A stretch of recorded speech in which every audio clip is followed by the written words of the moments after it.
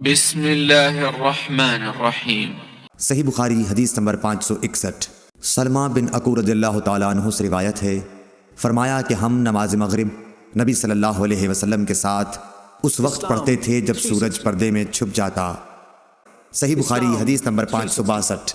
جابر بن زید ابن عباس رضی اللہ تعالیٰ عنہ کے واسطے سے بیان کرتے تھے، آپ نے فرمایا کہ نبی کریم صلی اللہ علیہ وسلم نے 7 رکعات مغرب اور عشاء کی ایک ساتھ اور 8 رکعات ظہر اور عصر کی نمازیں ایک ساتھ پڑھیں۔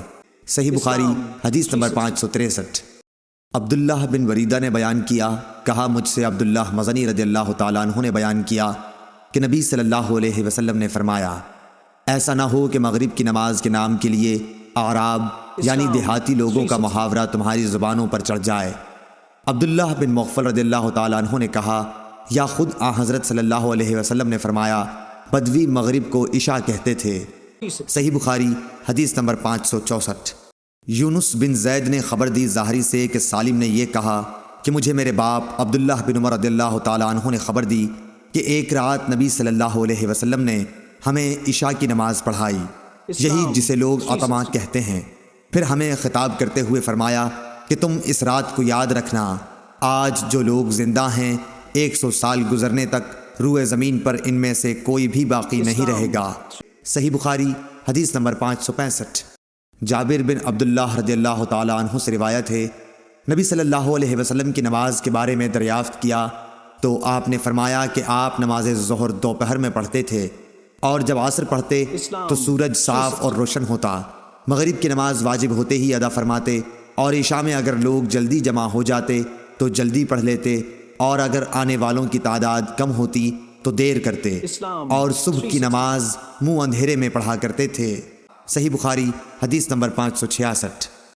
لیث بن سعد نے عقیل کے واسطے سے بیان کیا، انہوں نے ابن شہاب سے، انہوں نے عروہ سے کہ عائشہ رضی اللہ تعالی عنہا نے انہیں خبر دی کہ ایک رات رسول کریم صلی اللہ علیہ وسلم نے عشاء کی نماز دیر سے پڑھی۔ یہ اسلام کے پھیلنے سے پہلے کا واقعہ ہے۔ آپ اس وقت تک باہر تشریف نہیں لائے جب تک حضرت عمر نے یہ نہ فرمایا کہ عورتیں اور بچے سو گئے، بس آپ صلی اللہ علیہ وسلم تشریف لائے اور فرمایا کہ تمہارے علاوہ دنیا میں کوئی بھی انسان اس نماز کا انتظار نہیں کرتا۔ صحیح بخاری حدیث نمبر 567۔ ابو بردہ نے حضرت ابو موسیٰ اشعری رضی اللہ تعالیٰ عنہ سے روایت کیا ہے، آپ نے فرمایا کہ میں نے اپنے ان ساتھیوں کے ساتھ جو کشتی میں میرے ساتھ حبشہ سے آئے تھے بقیع بطحان میں قیام کیا۔ اس وقت نبی صلی اللہ علیہ وسلم مدینہ میں تشریف رکھتے تھے۔ ہم میں سے کوئی نہ کوئی عشاء کی نماز میں روزانہ باری مقرر کر کے نبی کریم صلی اللہ علیہ وسلم کی خدمت میں حاضر ہوا کرتا تھا۔ اتفاق سے میں اور میرے ایک ساتھی ایک مرتبہ آپ کی خدمت میں حاضر ہوئے۔ آپ اپنے کسی کام میں مشغول تھے، کسی ملی معاملے میں آپ اور حضرت ابو بکر صدیق رضی اللہ تعالیٰ عنہ گفتگو فرما رہے تھے، جس کی وجہ سے نماز میں دیر ہو گئی اور تقریباً آدھی رات گزر گئی۔ پھر نبی کریم صلی اللہ علیہ وسلم تشریف لائے اور نماز پڑھائی۔ نماز پوری کر چکے تو حاضرین سے فرمایا کہ اپنی اپنی جگہ پر وقار کے ساتھ بیٹھے رہو اور ایک خوشخبری سنو، تمہارے سوا دنیا میں کوئی بھی ایسا آدمی نہیں جو اس وقت نماز پڑھتا ہو، یا آپ نے یہ فرمایا کہ تمہارے سوا اس وقت کسی امت نے بھی نماز نہیں پڑھی تھی۔ یہ یقین نہیں کہ آپ نے ان 2 جملوں میں سے کون سا جملہ کہا تھا۔ پھر راوی نے کہا کہ ابو موسیٰ رضی اللہ تعالیٰ عنہ نے فرمایا، بس ہم نبی کریم صلی اللہ علیہ وسلم سے یہ سن کر بہت ہی خوش ہو کر لوٹے۔ صحیح بخاری حدیث نمبر 568۔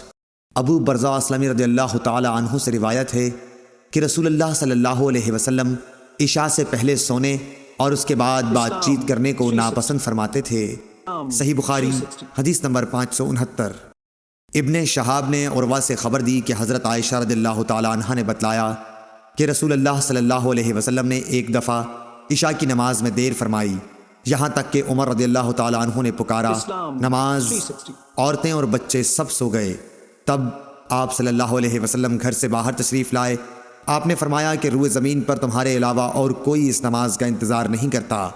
راوی نے کہا اس وقت یہ نماز باجماعت مدینے کے سوا اور کہیں نہیں پڑھی جاتی تھی۔ صحابہ اس نماز کو شام کی سرخی کے غائب ہونے کے بعد رات کے پہلے تہائی حصے تک کسی وقت بھی پڑھتے تھے۔